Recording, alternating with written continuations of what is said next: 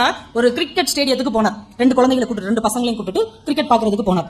Ticket எவ்வளவுன்னு கேட்டாரு. அந்த கவுண்டர்ல இருக்கிறவர் சொன்னார், சார் 5 வயசுக்கு கீழே இருந்த டிக்கெட் கிடையாது, 5 வயசுக்கு மேல இருந்த 100 ரூபாய் டிக்கெட். இவர் சொன்னார், இவனுக்கு 6 வயசு, இவனுக்கு 7 வயசு, 2 டிக்கெட் கொடுங்க.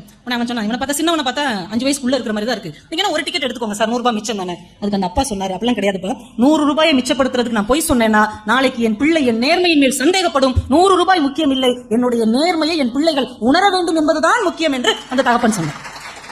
எவ்வளவு வாழ்க்கையில நம்ம கரெக்டா இருக்கிறோம், நம்ம வாழ்ந்து காட்டுவதை வைத்துதான் இந்த குழந்தைகள் வாழ்வார்கள். நம்ம சொல்லிக் கொடுக்கறத வச்சு அவங்க வாழவே மாட்டாங்க. நாம எப்படி அதை பார்த்துதான் குழந்தைகள் வாழ்வார்கள் என்பதை நம்ம புரிஞ்சுக்கணும். எதையும் நேர்மறையா சொல்லுங்க, எது கட்டாலும் நீ உட்பட மாட்டேன், இப்படி படிச்சேன்னா நீ அவ்வளவுதான், அந்த அவள மாதிரி வரமாட்டேன் அப்படிலாம் சொல்லவே சொல்லாது. எதையும் நேர்மறையாக கற்றுக்கொள்ளுங்க. 2 அம்மா தெருவில் குழந்தைகளை கூட்டிட்டு போனாங்க. தெருவில் ஒருத்தர் துப்புரவு பணியாளர் தெருவை கூட்டிட்டு இருந்தார். ஒரு அம்மா சொன்னாங்க, பாரு நல்ல பேரு, நீ நல்லாவே படிக்காம மக்கா இருந்தேன்னா அவர் மாதிரி தான் தெரு கூட்டு போங்க.